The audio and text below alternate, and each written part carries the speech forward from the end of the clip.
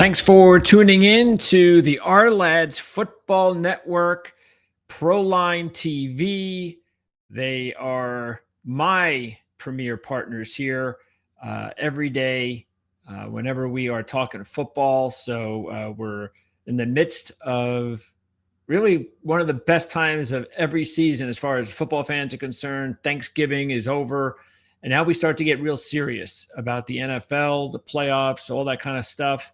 We're going to be doing just so much talk in the coming months. So I have a long way to go before the Super Bowl. And this is when things really get ramped up here at Proline TV. And again, the coverage partnered with the Our Lads Football Network. Same thing with our college football content. And that's what we're going to talk about today. So we have several topics that we're going to go over. The premier topic on this show is going to center around the playoff scenarios. And if you've been following our programming all season long, I have like these rankings I put up, and we go over, this is what I think the top 12 should look like. These are the top group of 5 teams that I think should be listed accordingly. I hardly pay any attention, or I had hardly paid any attention to what was going on as far as the real rankings, which of course is what matters the most, up until about a couple of weeks ago. And so that's what this show is about. It's about getting real. It's about going through all the potential scenarios. I might say they all, because there are a lot of different scenarios that could take place as far as which are going to be the 12 teams that will qualify for the playoffs and then the championship when it's all said and done. So we're going to try to break down those scenarios as far as the rankings and then the brackets. And of course, while we're doing this live, if you have any questions at all, hey, maybe you have a correction for me. You say, Greg, you missed this. I don't think that's going to be the case because I put a lot of research into this today. And I found out a lot of information that, I double checked and triple checked to make sure when something didn't smell right. So I've got everything that you could possibly want when you want to get yourselves ready. Not coming up this week, of course, Friday and Saturday. That's when all the games are going to take place, and you're going to get another ranking show tomorrow. But Sunday, that's it. Sunday's the day that all of this is going to come out officially. And so we still have games to take place in a few days that are going to impact those 12 teams. And that's what the show is about. I'm also going to start the show off in just a little bit by going over the coaching carousel in college football, which predictably has really heated up here in the past 24 hours. I'm also going to let you know before we get started on all that, that you should keep an eye on, especially if you're a fan of a football team in the NFL that is not going to the postseason. And I'm pretty familiar with that as a Jet fan for many years. This is the offseason is the exciting part for us Jet fans. It's been nice the last few weeks, I must admit that. Winning 3 out of the last 5 and showing and proving again, like I've been saying all along, that Aaron Glenn and Darren Muji are the right men for this job or for that job. If you're a fellow Jet fan like I am, hopefully there are not too many of you out there.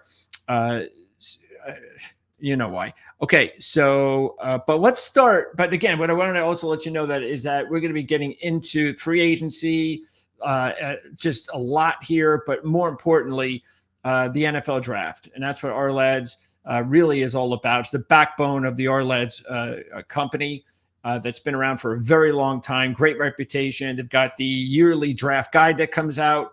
I participate on that as well, as far as team updates, information that you want on all 32 teams, exactly where you think they're going to go, position by position, maybe even throw in a couple of ideas as far as some selections in there. We're going to have mock drafts. Dave Syvertson, you probably have seen him if you've been watching this channel, as well as the Our Lads Football Network. Dave will be doing a bunch of shows. He's still doing shows on a weekly basis. If you can catch him over at Our Lads. And then, of course, we'll be bringing in some other experts from Our Lads because we got a long way to go, really, before we get to the draft. But we have a whole lot of information that we want to share with you with countless videos. So it's going to be a lot of fun. And if you want to be smart, if you want to know what is really going on and what's really going down as far as scouting for the 2026 NFL draft, look, I am not a professional scout, And I am not a professional handicapper. So I always let everybody, that's something that I always try to throw out there as much as possible for you guys. I understand that we have a lot of handicapping on Proline TV because we have professional handicappers, and we have all sorts of scouting information on our lads because we've got some of the best scouts in the industry. But I'm neither. I'm just basically the executive producer of the Our Lads Football Network, and I'm pretty much, I guess you could say, the executive producer here at Proline TV. But the guys that really know their shit, Jim Feist, Mark Lawrence, Andy Isco, Victor King over at Proline for handicapping, and of course Dave Syvertson and company. Dan Shanka, of course, we know him. He hasn't been around for a while. He is really the cornerstone of our lads for as long as I've known that site. He hasn't been able to be on for a while. We all get that, but hey, as far as I know, he's still around. I mean, he is. I haven't been able to talk to him a whole lot, but I know I speak to his wife, Peggy, quite a bit, and a number of other people over at Our Lads, and the company and the website continue to thrive. And even though a lot of people wonder, hey, isn't this like isn't this going to kind of slow things down here as we get closer to the end of the football season? Well, that couldn't be the furthest from the truth over at Our Lads, because that's when things really start picking up for that website. And I'm looking forward to doing it again for the 2026 NFL draft. So let's get started, shall we? Okay, let's see. Let's go over and start, first of all, about the coaching carousel. All right, here we go. So James Madison. Oh, if you want to find out more about what was talked about as far as the coaching situation in college football, starting with Penn State, we have a video that's up on the channel. Marty Leap, Dylan and Marty, basically, they've been doing this these Penn State shows all season, even though this has not been a good season for Penn State football. But they've been doing this all season long, and they did a really good show on Saturday night, pretty late Saturday night after the Penn State win over Rutgers. So probably about a good 45 minutes of coaching talk, who's going to Penn State, the domino effect, especially Lane Kiffin. We're going to get to him in just a second. So if you want some really good information on that, especially if you're a Penn State fan, because as of right now, there is still nothing official for the Penn State job, but it looks like that's something that is going to happen real soon. All right, so this is something we talked about. James Madison, no big surprise. Bob Chesney is going to go to UCLA. So I'm just going to imagine that if James Madison gets into the playoffs, that he'll still coach at James Madison, but we'll see. Mark Stoops is out. Not a big surprise, just a little bit, because he was very successful at Kentucky. I mean, to have an 82-80 record at Kentucky in the tough SEC for 13 seasons is actually pretty good compared to where the program was before he took it over. Michigan State. Now, and they haven't updated it yet, but it's gone to Pat Fitzgerald. And I've been a huge Pat Fitzgerald fan, and I knew eventually he'd get hired. I actually thought he could be, and I still believe he'd be a really good NFL coach. But hey, I guess this is his blood. Maybe if he does have NFL aspirations, you kind of get your reputation back.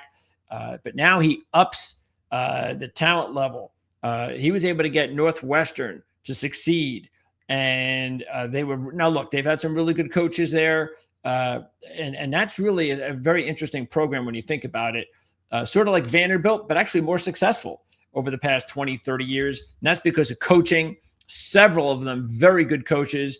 Pat Fitzgerald, one of them. Now he goes to Michigan State, and they're going to be real good real soon. So that's going to be a scary proposition. It's not the Big Ten isn't tough enough. Now you got Pat Fitzgerald at Michigan State.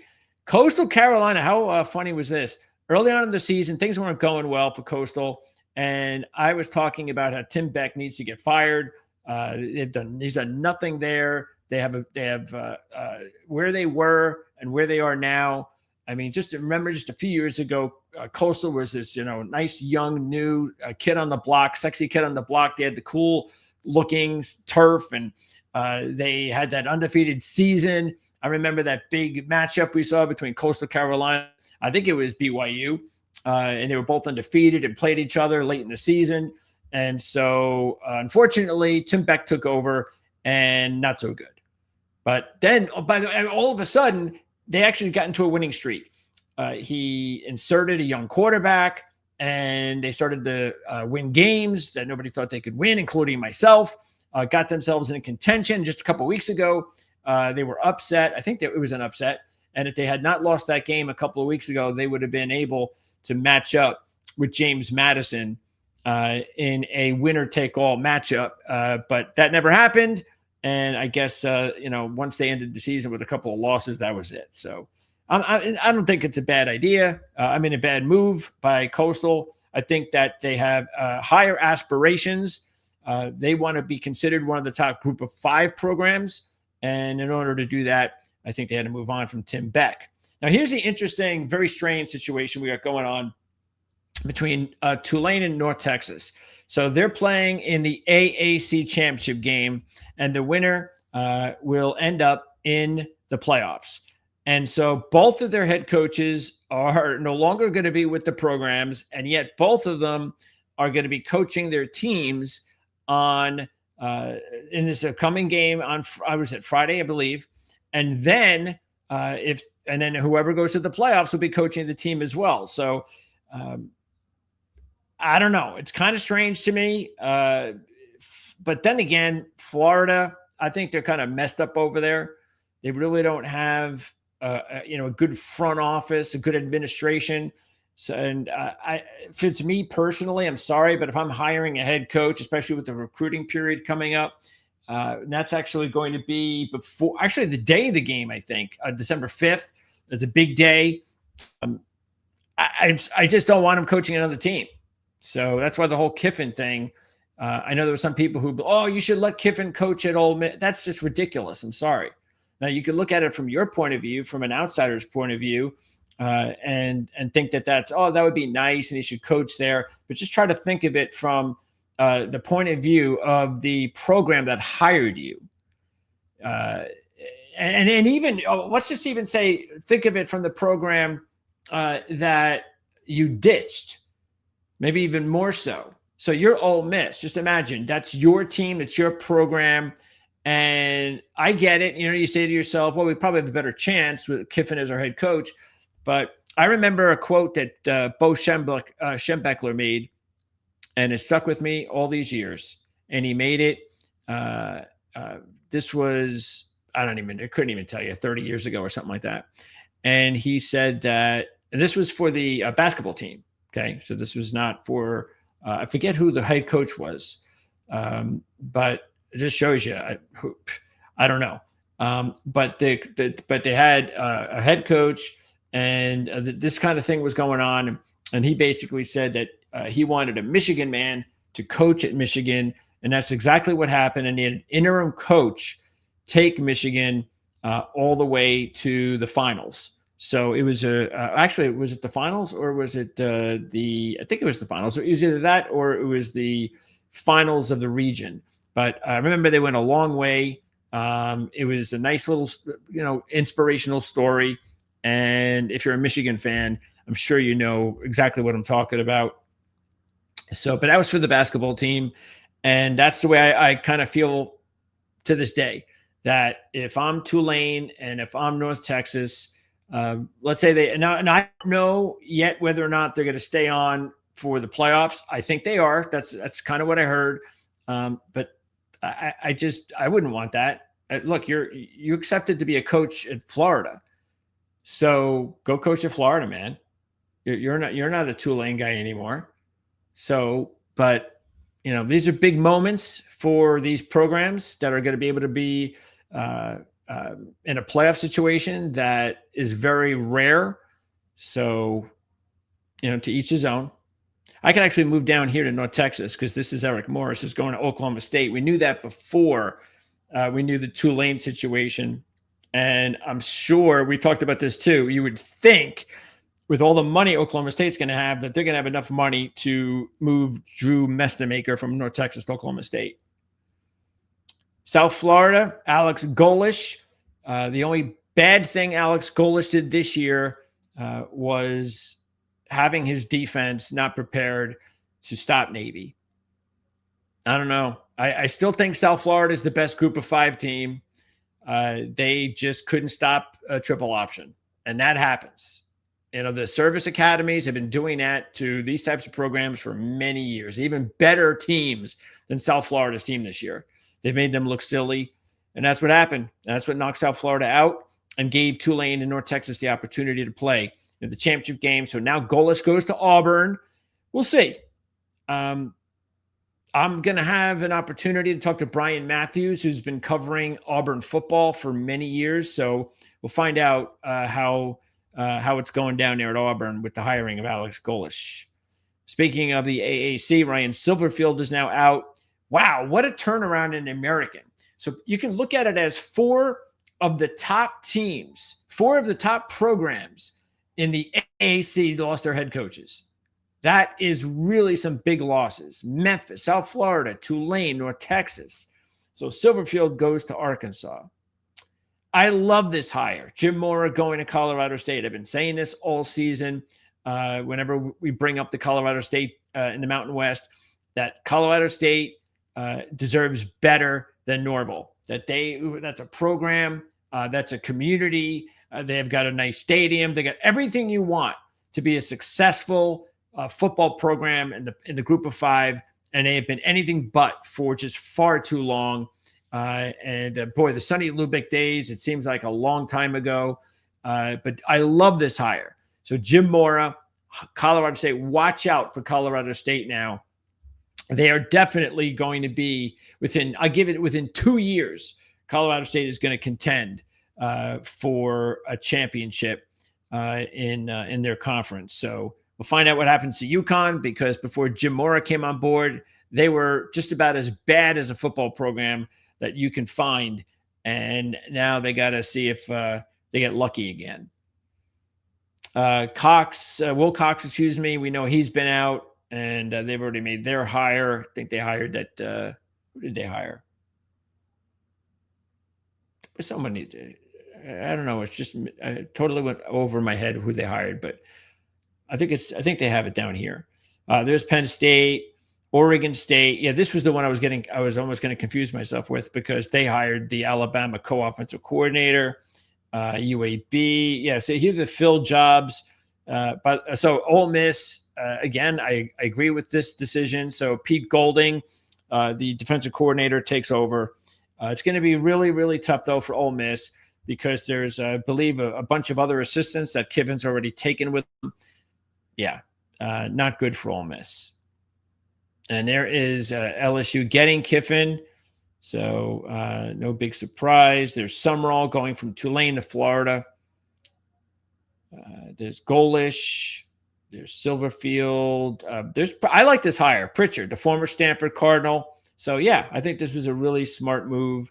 We'll see. You got to hire someone that really knows Stanford. It's not easy. Not easy at all. And let's see. Of course, James Franklin heading to Virginia Tech. And they don't have I was hoping they would have it here. But anyway, that's something we'll talk more about when we talk, hopefully tomorrow, if not tomorrow on Wednesday, when we preview the week. Speaking of previewing the week, I'm just going to quickly go over the games here, because we have a limited amount of games finally in college football thanks to the championship week. So let's see if anything sticks out. We knew this would be a big line in the Sun Belt. Jacksonville State started out as a 1-point favorite, and I get that because, they did beat Kennesaw in their first matchup at Jacksonville State, and they did it rather impressively. And remember last week when we actually took both of these teams in their games to play each other. So when we did that, we talked about Jacksonville State. I think they were a short dog at home against Western, and we liked them because part of the reason, and a big reason actually, is because they're very good at home. And they came away and stuck it to Western Kentucky again. Kennesaw had a tougher matchup. I mean, both games were really close. Kennesaw had to go to overtime against Liberty, who ended their season with 3 straight overtime losses. That's killer. But Kennesaw State got the job done in overtime against Liberty, and they had to come back there a few times too to get it done. And now they're the 2.5-point favorite after being a 1-point dog just about 24 hours ago. Look, I think Kennesaw is a better team than Jacksonville State. You put them on a neutral field, Kennesaw State's probably a 5-6-point favorite. So they're the better team. But Jacksonville State has just proven to be a completely different team at home. So now this one is probably the one that surprises me the most, that Tulane is a dog at home in this championship game. So that surprises me the most. So I know North Texas. I think a big reason is because of how potent North Texas is offensively. That's what it is, and they're so potent offensively that it's easy to wager on them. First of all, they hardly lose. Even when they lost to South Florida, I think they scored like in the 30s, but they gave up in the 60s. So now Tulane doesn't have the offense that South Florida has, but they're a home dog in a championship game. So a little bit surprised about that. The Mountain West Conference should be ashamed of themselves. Absolutely ashamed of them. There's 2 conferences that should be ashamed of themselves right now: the Mountain West Conference and the ACC. And if you look at it now, I don't know. ACC is different, but in the Mountain West, according to their tiebreakers, this all came down to computers and how did these teams statistically rate up against the other teams, and that is just nonsense, absolute nonsense. The 2 teams that actually should be here played on Saturday: New Mexico and San Diego State. That should be your championship game. They should have a rematch. Instead, you get UNLV and Boise State again for a 3rd straight time. Like, anybody wants to see this. And Boise State has no right being in this championship game. No right. They have a backup quarterback they've been playing for the last few weeks. Remember, they lost to Fresno State by 20 at home not too long ago. And they were very fortunate to beat Utah State. Very fortunate. And Utah State is just they're an okay team. They're a bowl eligible type of team, but that's about it. Very fortunate to win that game. When you get into these situations, now, look, this is the end of the Mountain West, so who knows what's going to happen with the Pac-12. But in my opinion, when you get into these situations, it should be, as much as I really can't stand committees, but it has to go that way. It has to. I don't know how else to do it once you get into these 5, 6 team, 4 team tiebreakers. See, here's the thing too. I think it's UNLV. So if I recall right, UNLV, I think they lost to 2 teams. They lost to New Mexico, and I think they lost another game. Let me see. Let's see. UNLV lost to. All right. So they lost to Boise State again and New Mexico. So they lose to both of the teams. By the way, they lost to Boise State 50-31. Of course, that was with Maxwell Madsen. He's not going to be. Well, he might be around an extra week. I don't think so, but he might. So they get beat. So they get beat by 2 of the 4 teams in the tiebreaker, and that did not eliminate them. The only way they could have been eliminated is if they lost to all 3. How? I don't get it. There should be like a percent. If you want to use computers and percentages, well, that's the place to use computers and percentages in your little tiebreaker nonsense. Is say, okay, If you have a less than 50% winning percentage against the teams that are in your tiebreaker, you're eliminated. Not you have to lose head to head. You got to lose all of them. What's that about? What if it was a 7-team tiebreaker and you lost to 5 of the 7 teams, but you didn't play that 6th team? Oh, that's okay. Let's go to the next tiebreaker. How stupid. So we get Boise State again and UNLV. Again. Nobody wants to see this unless you're from Boise or UNLV. Nobody. And nor do they deserve to be playing in the championship game. Texas Tech is a heavy favorite. Don't forget, this is a neutral site game at AT&T, and I think BYU's in trouble. It looks like a pretty bad matchup for them. And, yeah, I think BYU's in trouble. I think they've gone as far as they can go. And now you've also got the Kalani Sitake rumor at Penn State. You know, we were doing that Penn State show about a month or so ago, and we were going over all of the candidates. And I brought up a big list of candidates to Marty Dillon. And must talk about 25 coaches, maybe even more. And so I pointed out Sitake, and the talk was kind of, oh yeah, good coach, but completely not a good fit. Yeah, let's just move on, which was the sentiment with just about anybody from Penn State. Good coach, winning coach, just no talk. No, it just doesn't make any sense to Penn State. Just move on. And now look. Western Michigan, I thought this line made a lot of sense. I'd be very disappointed if they weren't able to beat Miami of Ohio, because sort of like Boise State, this is not a good Miami of Ohio team compared to last year's team. And, you know, I don't even, tell you the truth, think they deserve to be here. I think Toledo, the way they're playing especially, they should have been here. Should have been Toledo or Western Michigan. This is a line, too, that I was a little bit surprised about, because how many times does Alabama have to beat Georgia in the last few years to be favored when they match up? So, hey, you want to favor Georgia again? Go ahead. I'll take the 3. This line has gone down just a little bit. I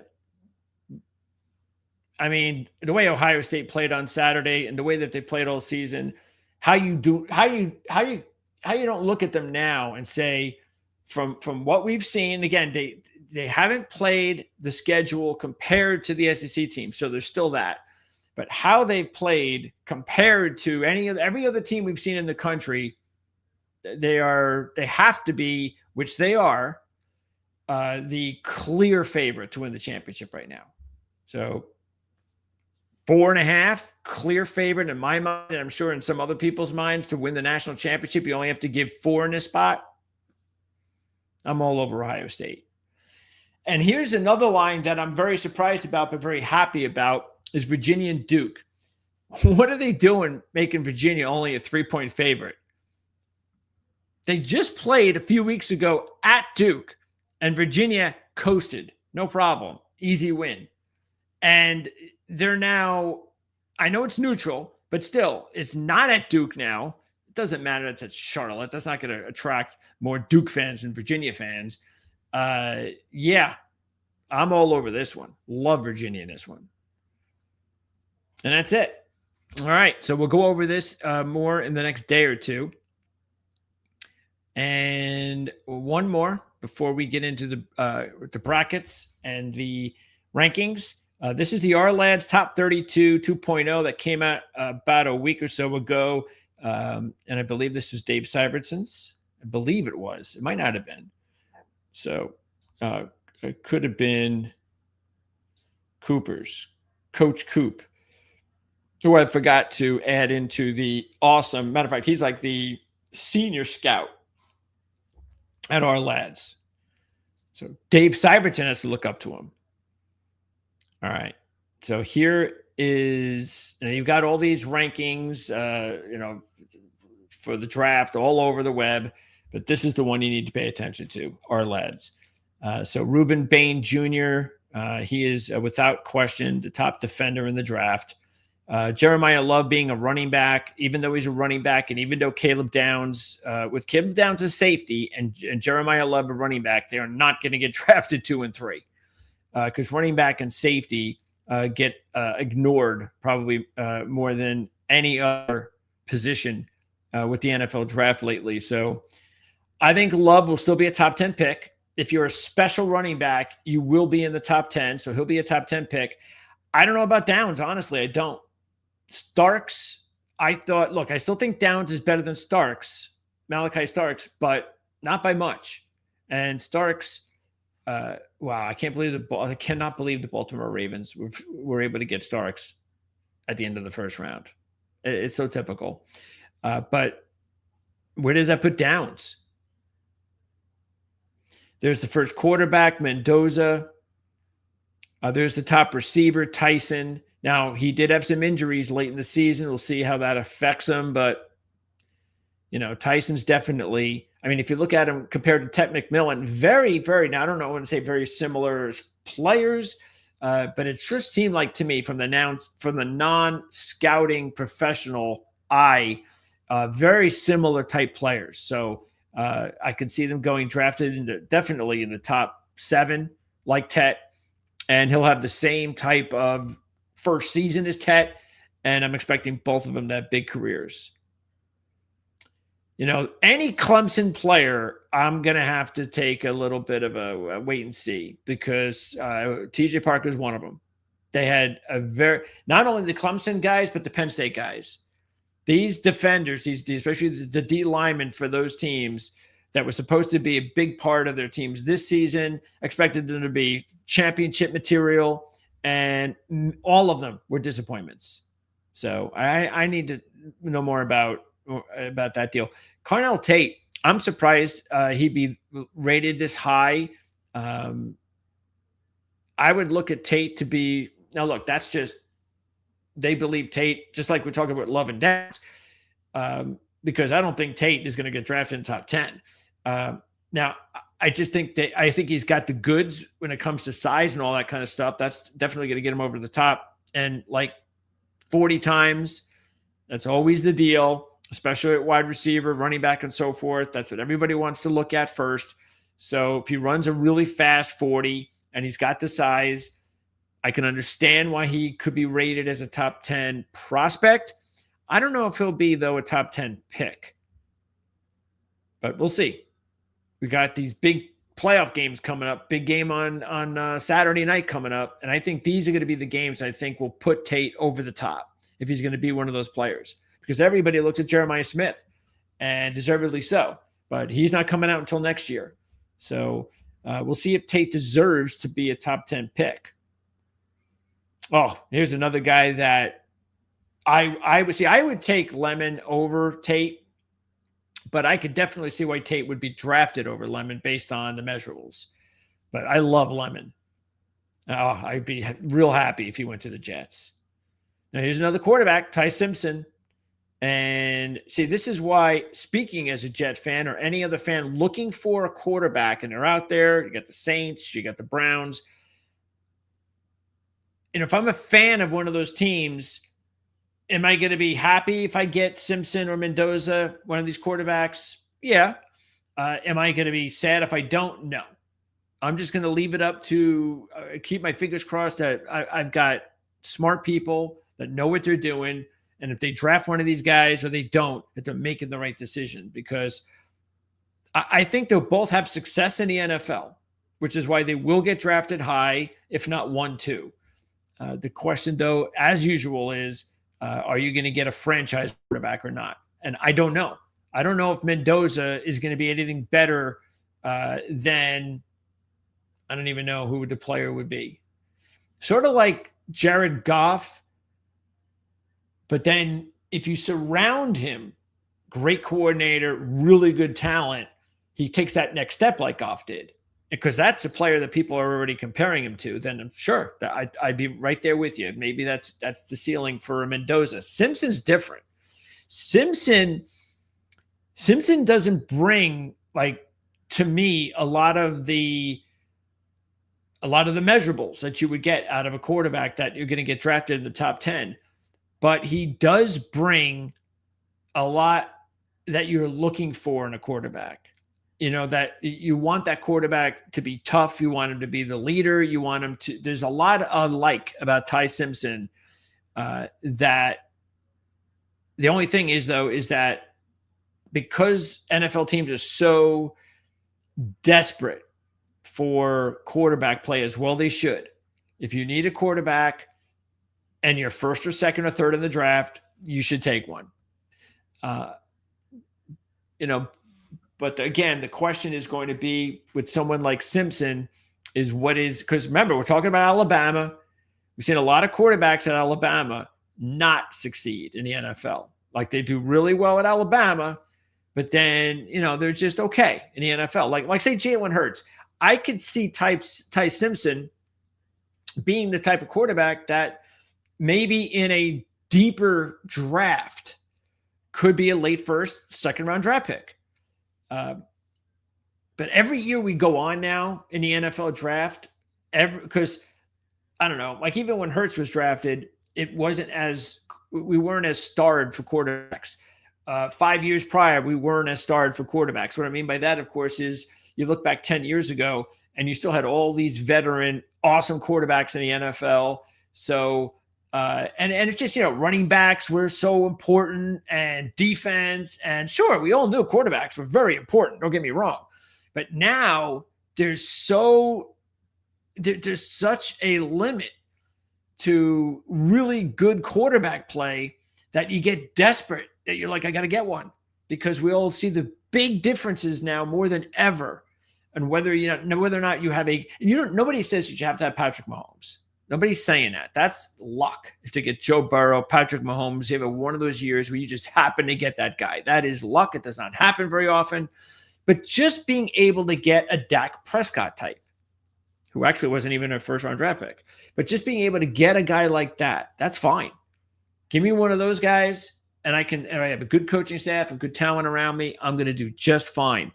And that's why I look at a guy like Ty Simpson and I say, does he really deserve to be drafted in the top 5, which he will get drafted? I mean, I don't think there's any doubt in my mind. If you're a quarterback and if you're considered like a top 10 prospect overall, you're going 1 or 2 probably. Falk is another edge defender. McCoy's been out all year with injury, so that's going to be interesting. Utah's got a couple of offensive linemen. Cassius Howell, we're going to see a lot of him in the playoffs, hopefully. Let's see. Oregon's got a bunch of players. They got the top tight end in Sadiq. I think there are a lot of good tight ends coming out again. I don't know, but I don't know if there are a lot like they were last year. As far as like last year, we had like 2 or 3 guys that were really, really good. I don't know if we've got that this year. I think last year's might have been talent-wise better, but depth-wise, I think it might be similar. There's another cornerback for LSU. I think that was the Virginia Tech transfer. There's the other offensive linemen. See, Oregon had 2 of them. Some people just absolutely love Arvell Reese. I always question Ohio State linebackers as well. Ohio State has tons of talent every year, as we know, in the NFL draft, and they don't all hit. Wide receivers seem to hit. Quarterbacks don't always hit, and linebackers don't always hit. So, yeah, we'll see. But they've got some really good defenders, obviously, as one of the best defenses in college football. And once again, we've got a playoff system. We're going to have weeks of games. If you're a championship team like Ohio State is, we're going to be able to see these guys play every game now, upping it up as far as the talent level that they have not had on a consistent basis, week in and week out during the season. So that's what I'm looking forward to, is seeing which of these top prospects at Ohio State can step up their game at the biggest times. Interesting that Dante Moore is rated as down here. But again, this is just how Ourlads rates the prospects. We all know, I'm sure Ourlads knows this as well, that does not mean Dante Moore is going to go in the top 15. If Dante Moore comes out of the draft, it'll more than likely it'll be Mendoza, Simpson, or Moore, 1, 2, 3 in the draft. if you have 3 teams in the draft that need a quarterback. But that's how talented Moore is that he's going to get drafted in the top 5. There you've got another good edge player for Oregon. Lots of Oregon players. Another Tennessee wide receiver. That's surprising. There's a Penn State defender. Not one of the ones I was talking about. Texas Tech David Bailey. We'll see him play. Oh, they got to beat BYU first. And here we go. Another Clemson player. I'm a big Chris Bell fan. Absolutely love that kid. Let's see. Alabama offensive tackles. You got to watch out for those guys. There's the second bookend for Utah. Oregon got the benefit of the safety from Purdue who transferred over. Slaughter. Wow, what a big jump he made. I remember looking at him as a real good prospect last year. If he came out, he didn't come out. And at the time, I remember people thinking that he wasn't going to be not 30, that's for sure, which is why he came back in the draft. I think if he would have been in the draft last year, I'm not even sure he was a 3rd or 4th round draft pick, to tell you the truth, or at least that's what it was talked about last year. So he's obviously had even a better year this year. C.J. Allen is another player that's rising, and he'll have his opportunity to shine, as will Height from Texas Tech. Okay, so there you go. That's what it looks like as far as everything else that we said that we would talk about before. We talked about the playoff rankings and the brackets. So where are we going to start? Let's start here. Okay. So what we're going to do is we're going to go over the scenarios and let you know, because there's probably about 15, 12, I don't know if that much, maybe 10 to 15 different scenarios, depending on who wins, who loses. So I'm just going over the big ones. So let's start, first of all, with a simple one, and that is Georgia winning the SEC. Now, what we're doing here, too, is we're going to break this down based on not what I think, but what should happen. Favorites winning the games, okay, that sort of thing. And if that happens, so let's, for instance, start off here.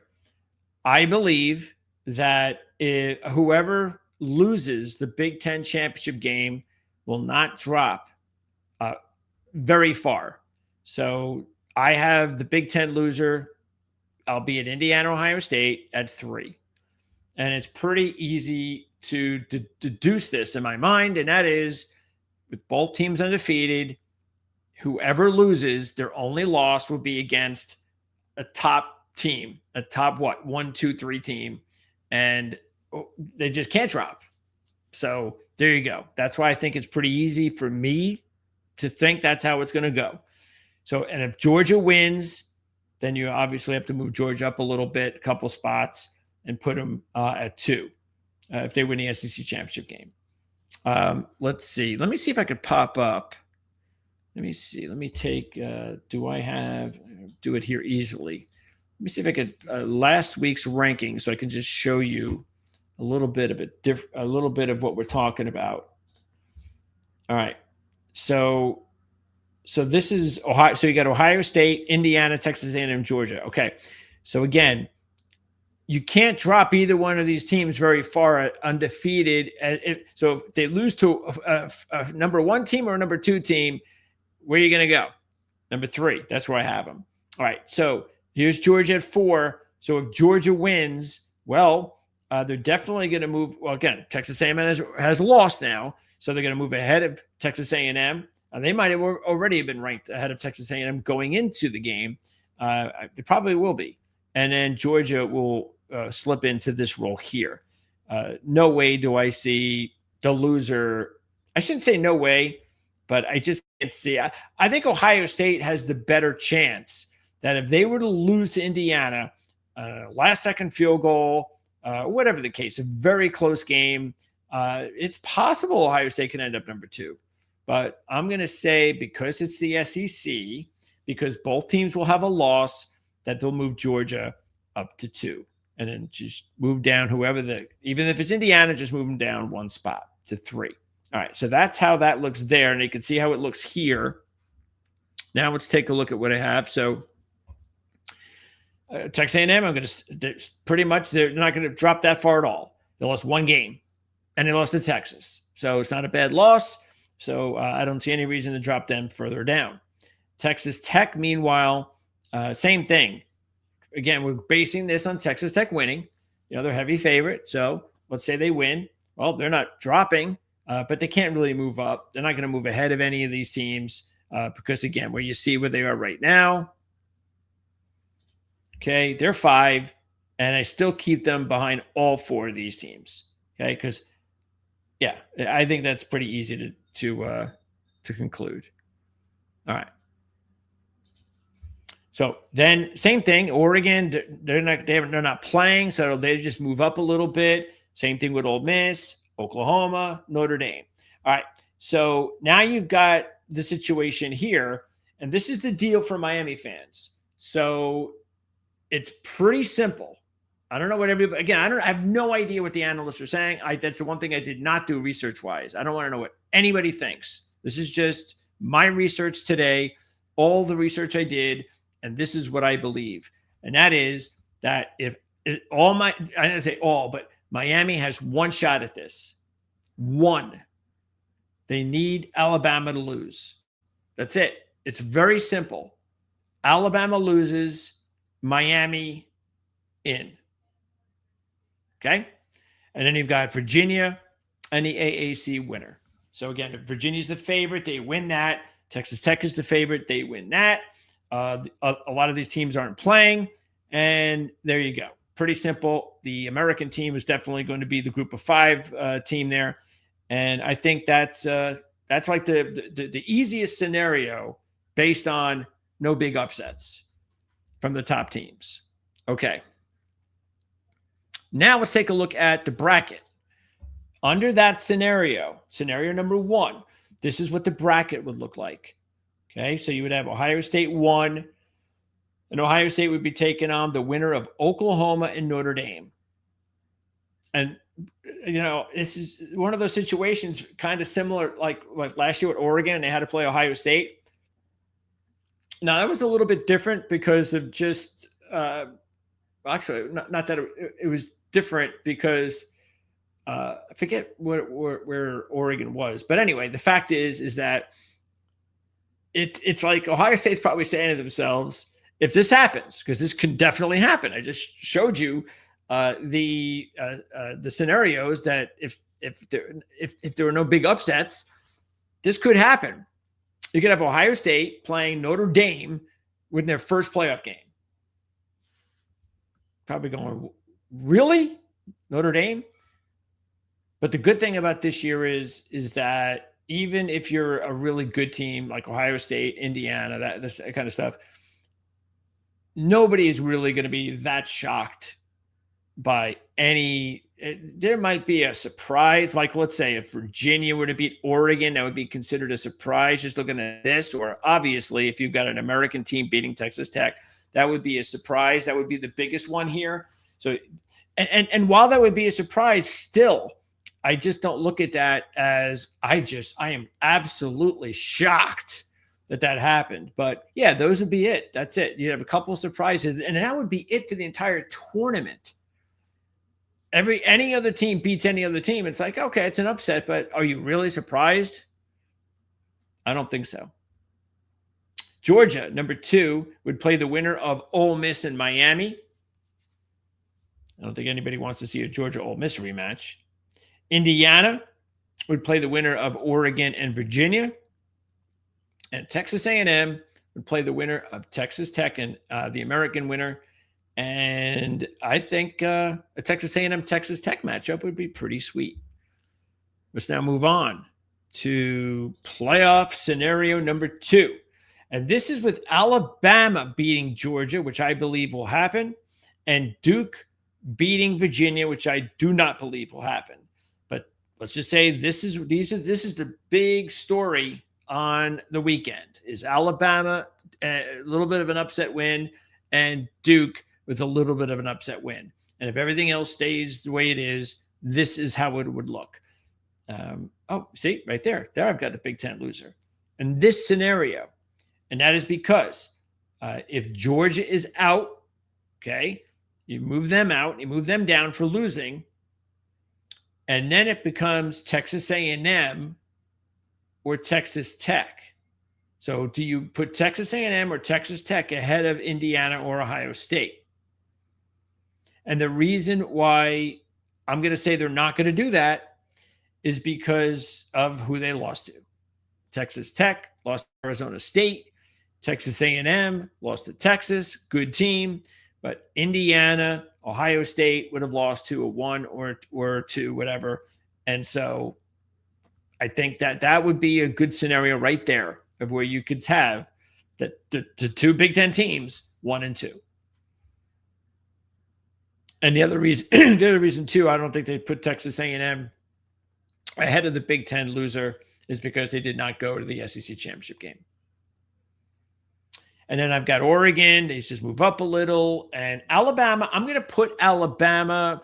Look, I don't think this is too big of a surprise that Alabama would be here and that Georgia would have to move all the way down to 7.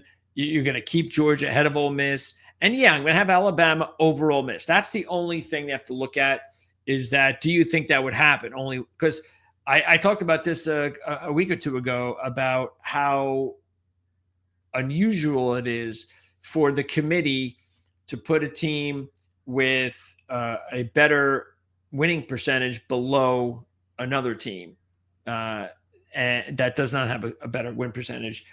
And the reason I'm going to go for it here is because of Alabama. They're all in the same conference, but Alabama won the SEC championship game.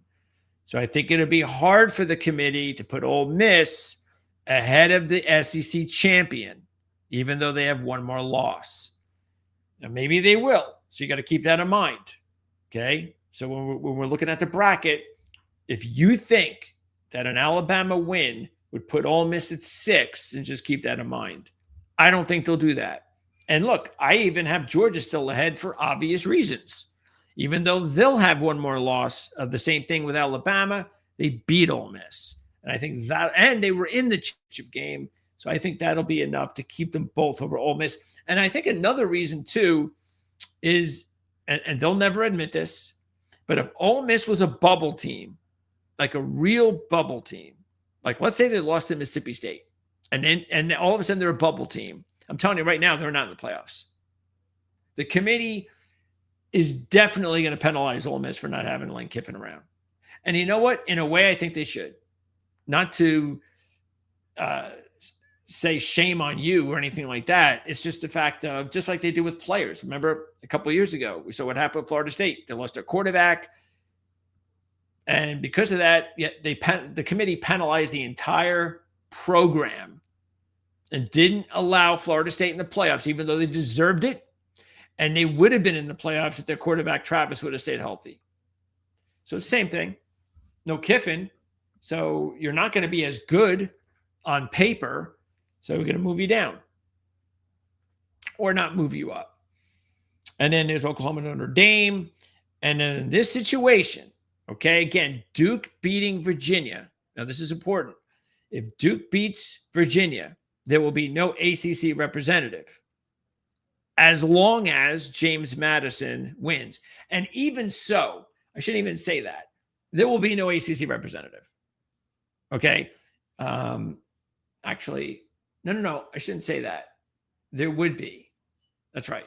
Because, again, this is what you have to keep in mind, is that they're going to have the top 5 conference champions are in the tournament. Okay? So we would already have the 4th, but James Madison would get in as long as they were ranked ahead of Duke. Now, the committee could just do whatever they want to do with the rankings and manipulate them, not that they'd admit it, and put Duke in. But Duke's not getting in over James Madison. There's no way. They will rank James Madison ahead of Duke. Again, we only see a top 25, so I don't know where they would have him. James Madison, for all we know, is 26. But Duke is probably 40. There is no way Duke is going to go to the tournament. They'll move James Madison in. So as we were saying before with Chesney, this is the only thing that'll be interesting to see what happens if James Madison is in the tournament, and this would be the scenario. Okay, So they would need Alabama and Duke to win. Actually, I don't know about Alabama. I don't think that's necessary. But the Duke, they need Duke to win. And if Duke beats Virginia, then James Madison. Look, you got to take care of Troy. You got to do that. But here's the thing. This is why there's very little hope for Miami, Utah. Forget Utah. After what happened on Saturday, there's no way. Vanderbilt is probably going to be ahead of Utah now. I'd be shocked if it's not Miami and Vanderbilt. Miami just ahead of Vanderbilt. And so that would be the only situation there, is that it would be if Miami is still ahead of Vanderbilt, which I think they will be, then if there was an opening and not again, we're talking about if James Madison lost to Troy, then Duke still does not get in. It would then be Miami. So this is the other way Miami can get in. But I said, look, it's Alabama because Miami's would need Troy to win. And I'm not going to say it's impossible. I've been a big Troy fan all season. So there's a lot of pressure on James Madison. So let's not completely throw that out. So just keep that in mind if you're a Miami fan. If you can root for Troy. And if Troy pulls off the upset against James Madison, the only thing is we go back to the five conference deal. And I mean, where would it go then? I mean, then are you talking about, what would it be? Mountain West? I mean, are we really going to do that? Are there really no way to get out of that 5 automatic bid thing? And I guess there's not. So that's the thing.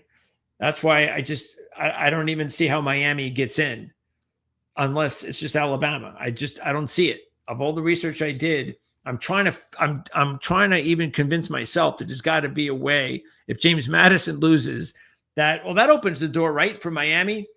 They said 5. And I guess that means we got to go to the Mountain West.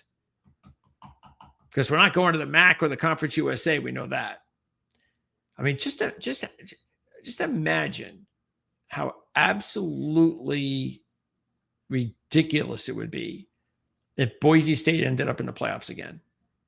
Just imagine how embarrassing that would be.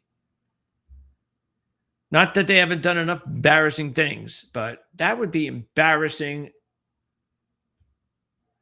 I don't even want to go there. Please, if that's what it takes, please, James Madison, do not get upset by Troy. It's something that we want to see. All right, so let's take a look at the bracket now for this scenario here. And where are we? Okay, so we've got Ohio State, Oklahoma, Ole Miss in this scenario, 8 versus 9.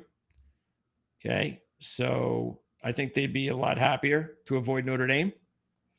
And you have Indiana, though. Maybe you have a rematch with Notre Dame. Boy, look at this first round matchup. Georgia and Notre Dame. That would be nice. That would be sweet.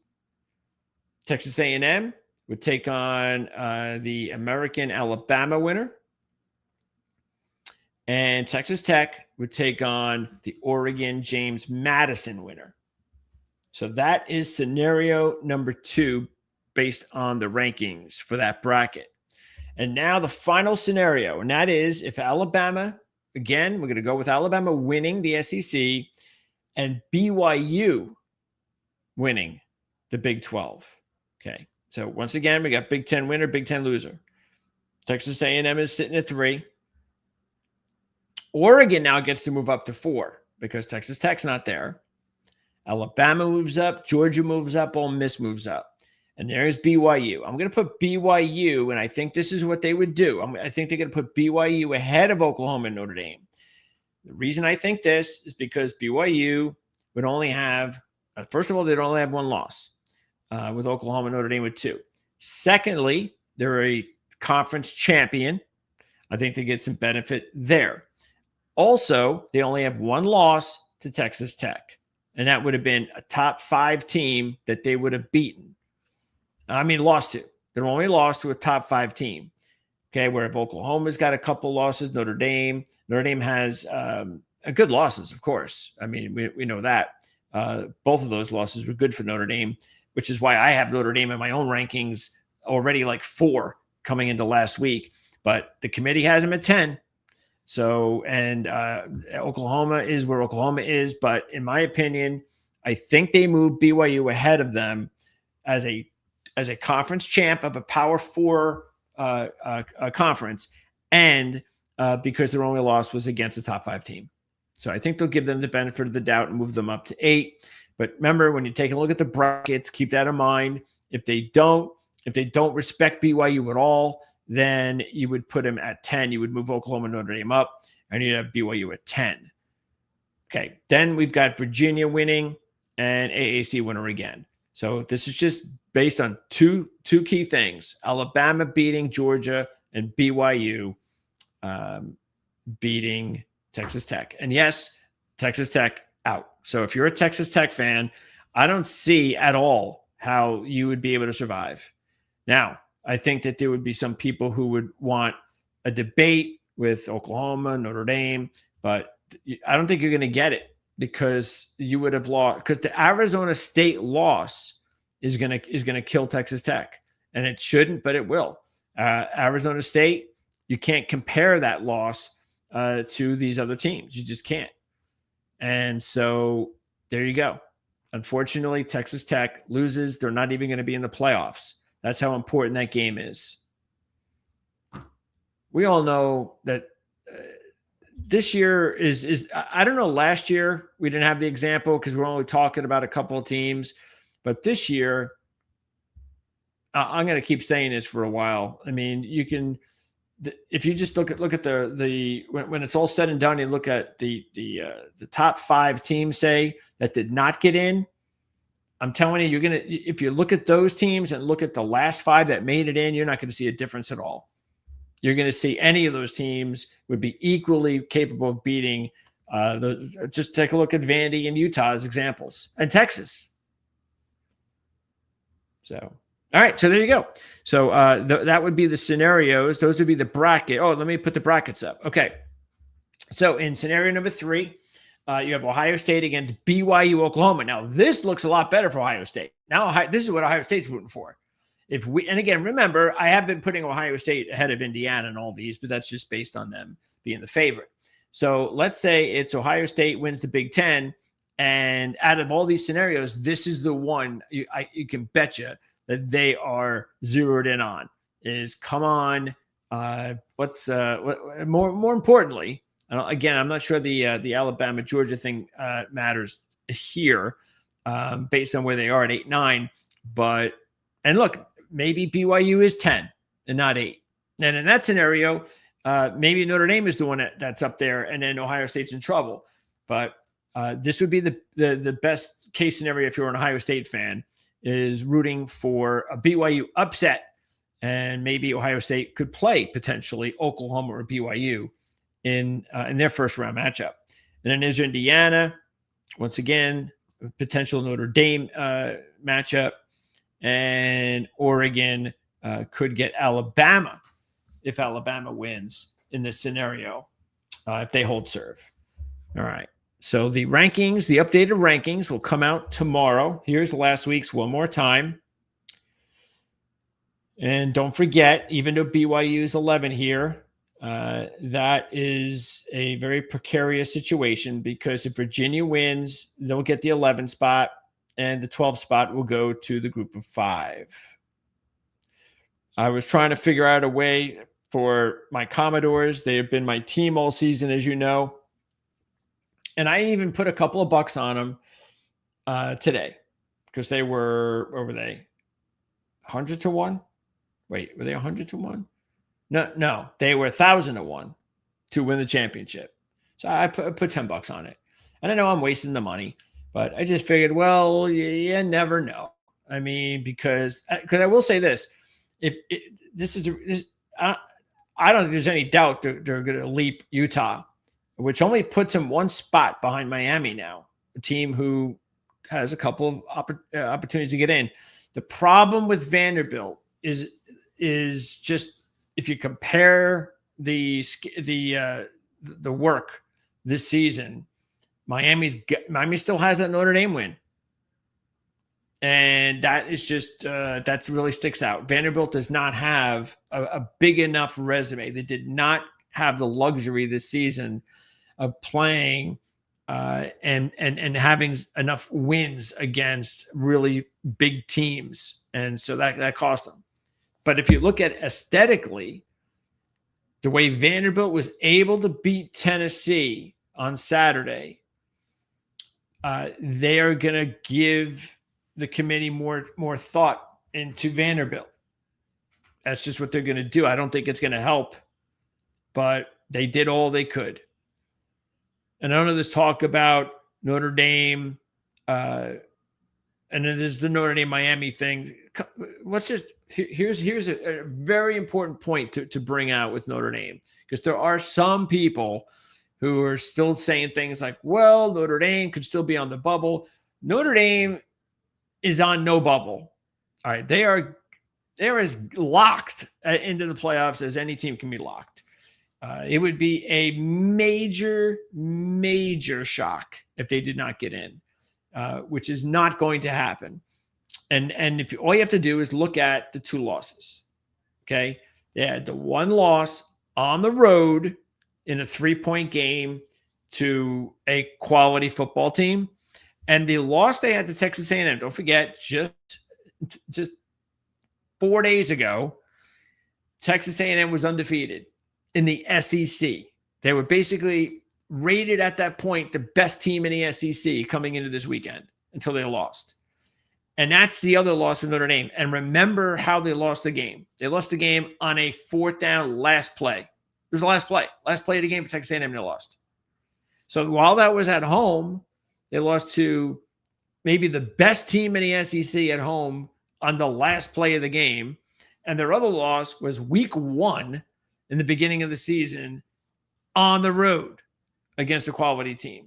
And that's why when you have these situations, well, that's even with Vanderbilt. See, if I'm a Vanderbilt guy, I'm saying, well, why are we being penalized, like considered behind Alabama? We got the same losses and so forth, and because you lost to them. Yeah, but we it was at Alabama. We didn't lose to them at home. What would have happened if what if we had a chance to beat them at home? How do you know we wouldn't have won that game? Considering they beat everybody at home this season, so that's the thing. That's like the Notre Dame Miami deal. Not only was it the first game of the season, it was at Miami. So those are the things. Look, I really believe head-to-head matters. I really do. But there has to be some context to it. See, in the NFL, it's much more black and white. Because NFL was just much different. And I'm not really going to get too picky if you say, okay, you have a tiebreaker there, and so-and-so played so-and-so, like Team A beat Team B, and they beat him at home. It's the NFL. You're pros. It's not going to matter as much. But in college, it matters. Home, away, that definitely matters a lot more in college. In my mind, that's just the way that I believe, and there is probably no bigger advantage in all of sports than a college basketball situation when you either are going to be home or away. So if you're talking about a tiebreaker situation, not that there are any in college basketball, but if you did, man, that would be like tremendously. You can never convince me that there'd be like some sort of tiebreaker situation. We go, oh yeah, we beat you.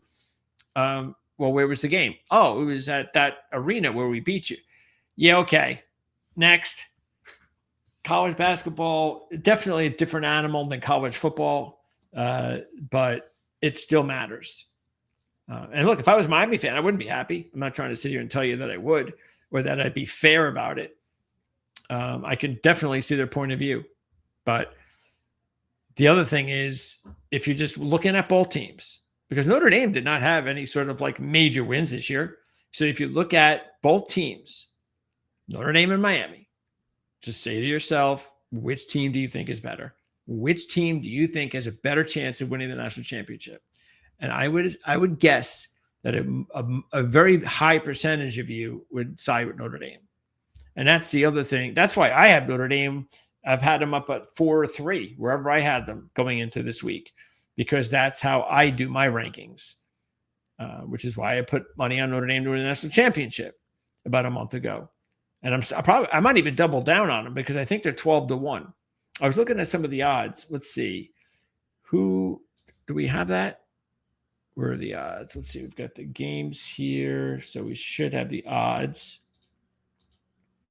Let me see who's like a good wager to win the championship.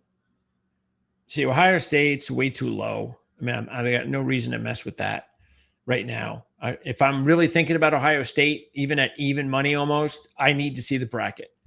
Because if they are matched up with the potential Notre Dame situation, hell no, am I touching Ohio State at that number. I would not touch Indiana at all. I've already said what I had to say about Indiana. No way that they win a national championship. Georgia, Oregon, not jumping off there. See, Notre Dame's still a solid 10. So I still think Notre Dame's a good play. I would not look if you like Texas Tech and you're thinking about putting some money on them, just wait until next week. I can't see this number dropping considerably. I can see it dropping a point or two, maybe. I would think you should be willing to wait and risk the point or two because you just never know. All right. So I would be patient with that. I think Texas A&M is a good play at 12-1. And they were just undefeated. Look at Ole Miss. Say, what did I just say about Kiffin? I'm telling you, it matters to Vegas. It would matter to the committee. So they're very lucky that not lucky, but very fortunate to have beaten Mississippi State and not have to worry about that. Look at Oklahoma. See, check this out. There's 70-1. See, I don't even think Oklahoma should be in there. If Vanderbilt played Oklahoma right now on a neutral field, I'm all over Vanderbilt. And it's the reason why I liked them in the beginning of the season. That wasn't just, they're not one of my favorite teams, but exactly the type of season they had this season was what I thought would be their high point. I thought if everything went well, this was the season that I envisioned out of Vanderbilt. Exactly here, playing their best football. This is what they were going to get on the bubble to be in the tournament or not. And I just think the way did you see Oklahoma's, just take a look at the fact that I think in 3 of their biggest wins this season that the committee will say, oh yes, Oklahoma's got a better resume than Vanderbilt. Look, they've been ahead of Vanderbilt the whole time. They're not getting switched. I'm not trying to say that, but Oklahoma, yes. Did they, were they yardage wise, did they pound LSU? Yes. But they also needed a late touchdown to beat LSU. Okay. LSU, they fired their coach for a reason. And Oklahoma had to come back to beat that team. And then I think it's their 3 biggest wins of the season, they were outgained. Not a little bit, but by a lot. I think it was, let's see, where did we have it? Here they are. All right. So in 3 of their biggest games of the season, I mean, if you're putting Oklahoma down and saying, okay, here's the debate. Let's sit down. Let's do this again. Where do we think Oklahoma is? And all right, well, what's the pros? Okay, well, they beat Michigan, Tennessee, Alabama, Missouri. Okay, those are their good wins. And they lost to Texas and Ole Miss. Okay, well, what's the bad stuff? Here's the bad stuff. They lost to Ole Miss at home. That's a home game. You lost to them. You beat Tennessee on the road, which is a good win, but you were outgained by 105 yards. You beat Alabama on the road, which is very good, but you were outgained by 194 yards. And you beat Missouri at home. You were outgained by 25 yards, and that was Bo Prabula's return. And he did not look very good. 1, he was just getting back from the injury, and 2, Oklahoma's got a really good defense. And that would be the one team honestly, that I think if anybody was going to pick a team and say, yeah, but I don't think they deserve to be there, it's Oklahoma. And I would say Miami definitely deserves to be over Oklahoma. But I don't think that's going to happen. And there's Miami. First of all, you'd be betting on them making the tournament. Second of all, do you really think they could win a national championship? Can you count on them week in, week out over the next month to win all those games? And I don't know. But it is 150 to 1. So if you want to put a couple of bucks on them, it may not be a bet. I might even do that. Virginia, no chance. BYU, no chance. North Texas, no chance. And see, this is stupid. This will never happen. Vanderbilt will be ranked ahead of Texas tomorrow. Not only do they have one less loss, but what did I just say? They were on the road. Now, there are some people who would say, yeah, but hey, Texas just beat undefeated Texas A&M. Yeah, well, Vanderbilt just beat up Vanderbilt on the road.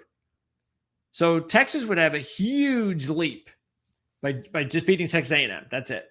And I don't see it. I just don't. So I'm going to be surprised if Texas is ranked ahead of Vanderbilt tomorrow. I don't see how you do that. When Vanderbilt was a couple of, how many spots were they ahead of Texas? 2 spots ahead. So you're going to jump 1, 2, 3 spots ahead of them, or 3 spots ahead of a team that had their best win of the season, blowing out a good team. A team, Tennessee, in the same stadium that just needed to kick a field goal to beat Georgia.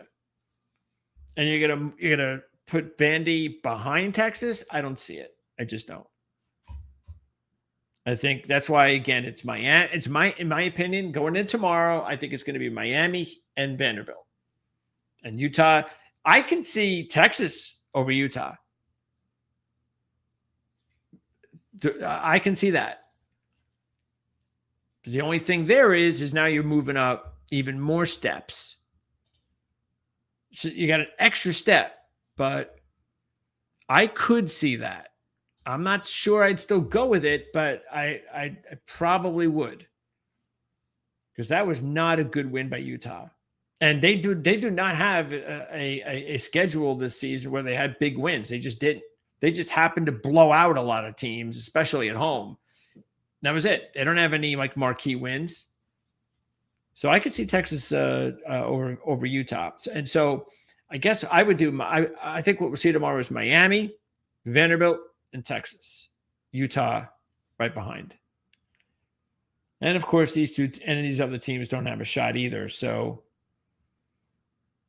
and the only reason I put some money on Vanderbilt was just how some freaky way they would get in. I mean, just think about it too. If you're a committee member with brains, you got brains, and no, they don't. But let's say they have brains, then how would you, and you would hope that anybody who's in this position it's sort of like you're in a position you should be to do what's best for the sport.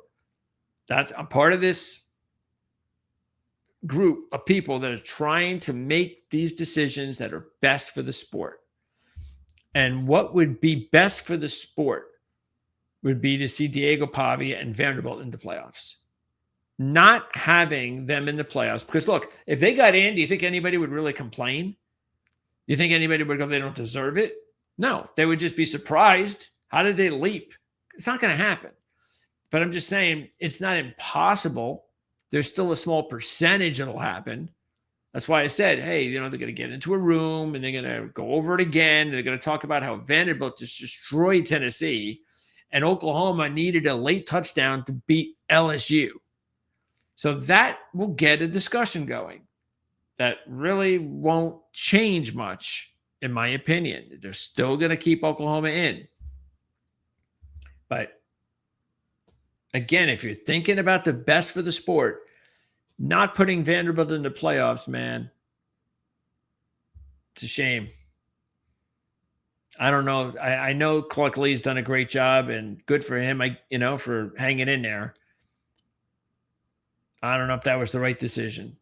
Players like Diego Pavia do not come around very often. Matter of fact, I'm not sure Clark Lee's going to get another Diego Pavia ever. So Vanderbilt fans, they had a great season, a lot to be thankful about, but unfortunately, and I wouldn't be surprised either because the bowl people also suck. I wouldn't be surprised if when Vanderbilt misses the playoffs that they don't put them against they'll put them like who could they match them up with to really irk me at least. SMU. All right, Vanderbilt, you take on SMU. Now, why in the world would I care about that? Or why in the world would Vanderbilt care about that? What you should do is put Vanderbilt against Texas. That would be a good game. And you know what they probably will do? Vanderbilt against Michigan. That's what they'll do to me. Because that's what they do to me every year in the college basketball tournament. Every year. They screw me like that. Like I'll have like 5 teams in the tournament that my 5 favorite sleepers that I'm going to pick or my favorite team. And these are the teams. I can't wait to see who they're going to play so I can bet them. And like 4 of the 5, like every year, 90% of those teams, they match up against another team that I don't want them to match up against. Another team that I like or another team that I just feel will win their game and won't be vulnerable. So if I'm wagering like I am, let's just round it out. I would definitely take Notre Dame. I'd probably also take Texas A&M. And I'd throw a couple of bucks on Miami and Vanderbilt. And I guess, probably do Texas too. So why not? Anything is possible, especially when you're talking about, like I just said, with Vanderbilt and Pavia. Why won't the committee say, hey, what can we get Arch Manning in the tournament? Nobody, who cares? I mean, come on. How great would that be? We'll get Texas with Arch Manning in the tournament. So that's why I know they can do it. But will they? All right. So there you go. That's going to wrap it up. We're going to be back again tomorrow or Wednesday, the latest. And we are going to go over all of those games.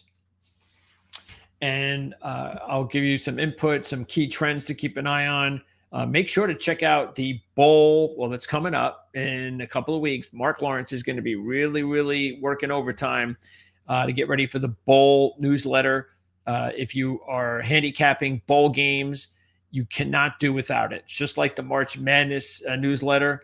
It's the best handicapping newsletter for the bowl season that you're going to find anywhere. They've got so many key stats and trends regarding the bowls, regarding the rankings of teams against other teams, all sorts of different computerized historical data that you can't get anywhere else.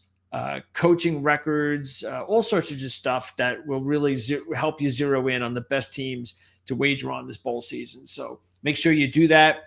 And as far as the rest of the week is concerned, again, I'll see you soon, hopefully tomorrow night. And then it's another week, same old schedule. And that is with Jim at the restaurant in Las Vegas on Wednesday. We're going to have Mark, Jim, Andy together for the Playbook Show on Thursday. Mark and Jim will be with me on Friday. And we do have a horse racing show again. We're going to be off I think after this week, we're off for like almost a month. But we're returning. We've got the Cigar Mile from Aqueduct as one of the big races this weekend. So we'll be talking about Aqueduct Racetrack. Looks like Thursday, either afternoon or evening.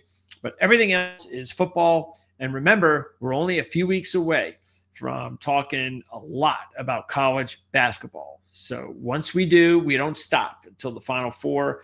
So check that out real soon. Just about when they get ready to get into conference play is when we really go full court here on our college basketball talk. And hit the join button And you want to do that. Why? Very simple. That's when you get the opportunity to spend not a whole lot of money. I think it's what, $39.99 for Mark's picks, $49.99 for Jim's picks. And then and again, keeping in mind, if you do Jim's picks at $49.99, you also get Mark's. And you got the bundle is at $100. So check them out. If you're into you want information on what these guys, these experts, what their picks are each week, that's the best way to do it. Hit the join button and follow the prompts. So have a great rest of the evening, everybody. I'll see you soon. And best of luck for you college football fans for sure. If you have a favorite team or if you got some future money, we'll be here all the way through to see if we can not only make things more pleasant for you when you're wagering games, but more profitable. Because, hey, like Jim Feist has said many times, and I was always surprised when he said it, and that is that whatever the picks are, whatever information he puts together to provide you guys to decide on what you're going to wager on, just keep in mind that he's wagering the same picks too. That freaked me out when he said that. I was like, wait a second, what do you mean? You mean there are some people, some handicappers out there that actually give picks that they charge, but they don't actually spend their own money on them? And Jim said, there are tons of handicappers. And that's terrible. And that just shows you, like any line of business, there's some good people and bad people. And those are bad people. That they can't put their own hard-earned money on the picks that they expect you to put your hard-earned money on. So it's not easy to find out who they are, but I know Jim isn't one of them. So, and I know Mark isn't one of them either. So we'll see you again here real soon, Proline TV, and hope you enjoyed the show. We'll see you next time.